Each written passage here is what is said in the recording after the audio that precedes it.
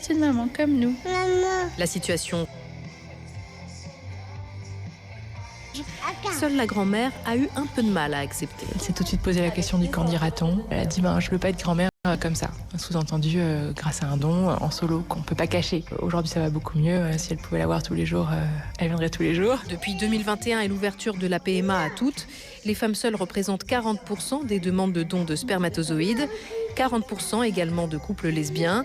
C'est d'ailleurs pour cette raison que Laetitia a voulu témoigner, montrer les familles dans leur diversité. Un jour, j'ai un électricien qui m'a dit vous faites le papa et la maman. Bon. En fait, la famille, elle est complète comme elle est, c'est-à-dire avec un seul parent. Elle n'est pas amputée d'une tierce personne. Voilà, il manque personne. Et je pense qu'il manque personne à ma fille. Et dans un coin de sa tête, Laetitia n'exclut pas d'agrandir encore un peu plus la fratrie, avec peut-être une 3e PMA solo. Faire famille, c'était le dernier épisode de cette série de reportages que vous retrouverez en intégralité sur franceinter.fr. Il est 7h21.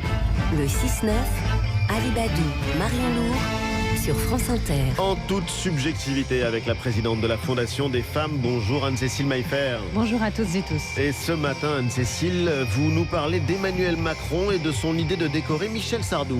Oui, et c'est pas de Michel Sardou dont je vais parler ce matin. Ce qui m'interroge dans cette décision, c'est la motivation du président de la République. Michel Sardou est un artiste déjà multidécoré depuis 1993, chevalier officier, puis commandeur de la Légion d'honneur il y a 3 ans. Pourquoi le décorer à nouveau ? Il s'agirait, selon un conseiller du président cité par le Nouvel Obs, de récompenser le chanteur car il a su diagnostiquer des décennies avant Michel Houellebecq le mal-être masculin dans ses textes. Fermez les guillemets. Qu'est-ce que c'est ce mal-être masculin ? Je sais pas, mais je me suis dit qu'il devait se passer quelque chose de grave pour les hommes dans notre pays pour qu'on se mobilise ainsi au plus haut niveau. Alors je suis allée sur le site de Santé publique France et je tombe justement sur cette étude qui est sortie il y a 3 jours sur la santé mentale des jeunes. Entre 2018 et 2022, quel que soit le niveau de scolarité, les garçons présentent un meilleur niveau mental de bien-être mental que les filles. Au lycée, la perception positive de leur vie actuelle pour les garçons est élevée et stable tout au long de la scolarité et de la période, alors qu'elle subit une forte baisse chez les filles entre 2018 et 2022. Concrètement, une fille sur 4 au collège et au lycée déclare avoir déjà eu envie de mourir, contre un garçon sur 10. C'est ce mal-être croissant des filles qui mériterait sûrement une mobilisation présidentielle. Une fille sur 4 au collège ou au lycée, le chiffre est impressionnant. Mais alors, comment est-ce qu'on peut définir ce mal-être masculin ? Ce que le conseiller du président veut dire par mal-être masculin est sûrement autre chose et peut-être la gender fatigue, le on ne peut plus rien dire ou encore on ne peut même plus draguer que vous avez sûrement déjà entendu. Ça expliquerait d'ailleurs Michel Sardou qui n'a pas dit autre chose à l'Olympia pour son dernier concert. Un jeune homme qui pose sa main sans son consentement sur la main d'une femme, c'est garde à vue direct. Il symbolise par cette phrase une réticence croissante vis-à-vis des progrès de l'égalité, une résistance à la prise en compte des violences faites aux femmes, ceux qui en ont marre des féministes et commencent à le faire savoir. Et en un sens, je peux les comprendre. Et comment ça ? Je peux comprendre que ce soit déroutant pour des hommes qui ont été élevés dans le modèle d'une virilité patriarcale, à qui on expliquait qu'un homme se définissait par sa capacité à prendre et à dominer, qu'il fallait maintenant changer. Changer pour devenir quoi ? Qui sait vraiment ce que c'est être un homme dans une société égalitaire avec les femmes ? Répondre à cette question fondamentale, en flattant une masculinité nostalgique du « c'était mieux avant » est une impasse. Car les femmes n'ont pas prévu de revenir à la maison pour subir et souffrir en silence. Alors on fait quoi ? Travailler à réfléchir, imaginer et valoriser des modèles masculins positifs qui ne génèrent pas ce mal-être mental et physique chez les femmes et les filles, qui nous permettent à toutes et tous d'être épanouis. Là est tout le chantier pour les hommes des années 2020. Il serait d'ailleurs temps qu'ils s'y mettent, le président en tête. Perso, je lui conseillerais plutôt de décorer Eddie de Pretto.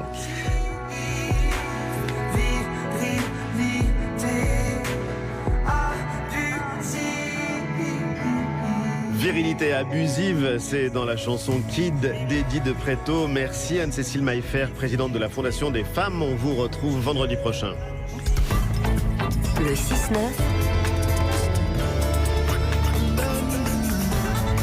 sur France Inter. Bonjour Alina Fanoukoé. Bonjour Marion et Ali, hola à todos. Cap sur l'île de la Réunion avec un groupe ensoleillé et militant, Graines sémées dans Musicaline. En ouaille.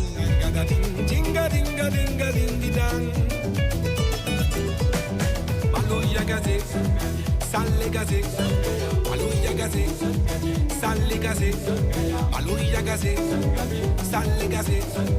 Pour nous danser, Maloya gazé, Maloya gazé. Pour nous danser, Maloya gazé, salé gazé. Pour nous danser, Maloya gazé. Ça tropicalise ce matin les amis. C'est moins qu'on puisse dire. Avec ce titre Maloya Gazé. Le Maloya, une musique, un chant, une danse amenée dans l'île de la Réunion par les esclaves extirpés de Madagascar, d'Afrique de l'Est et de l'Ouest pour résister. C'est avec le Sega, le genre musical majeur de l'île de la Réunion et l'ADN de Graine Sémé.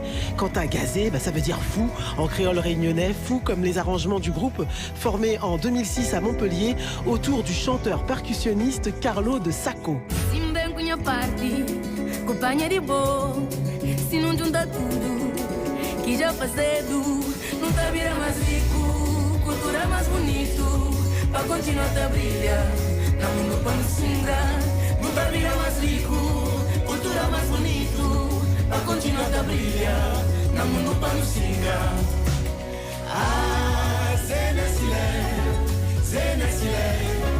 Aunque afonso, geração novo, quando esquece de tradição. Zénès, Génération Novo, vous l'entendez hein? Oui. Ça veut dire jeunesse en créole Oui. réunionnais. C'est sorti en janvier dernier. C'est le fruit de la rencontre entre Elida Almeida et Carlo de Sacco lors d'un concert en hommage à Césaria Évora au festival Sakifo à La Réunion. Graine Sémé fusionne comme ça musique traditionnelle réunionnaise et modernité avec sa poésie rock, ses pulsations dub et ses rythmes électroniques en collaboration. Donc ici avec la chanteuse capverdienne Elida Almeida. Mais elle parle de quoi leur chanson? Eh bien, Graine Sémé produit des chansons militantes dans la lignée du Maloya, qui à la base est une musique engagée, des messages forts destinés à la jeunesse pour l'encourager à prendre en main les rênes de son futur. Le groupe déploie une musique folklorique, revitalisante et organique sur son nouvel EP, propice au remix. Beauté, la digouillable est plus meilleure, n'a plus le goût quand on peut manger à l'idéal.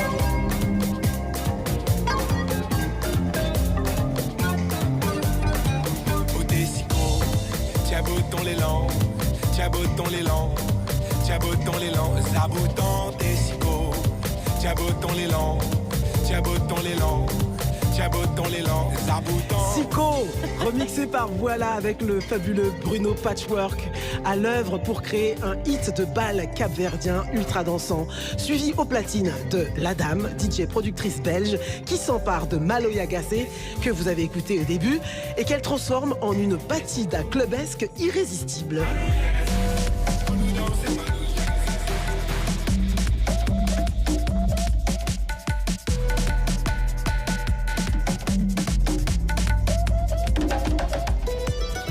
Autrefois joué de manière clandestine dans des lieux tenus secrets comme les champs de canne à sucre, le Maloya est aujourd'hui classé par l'UNESCO au patrimoine culturel immatériel de l'humanité depuis le 1er octobre 2009, date à laquelle on célèbre aussi le prénom féminin Maloya.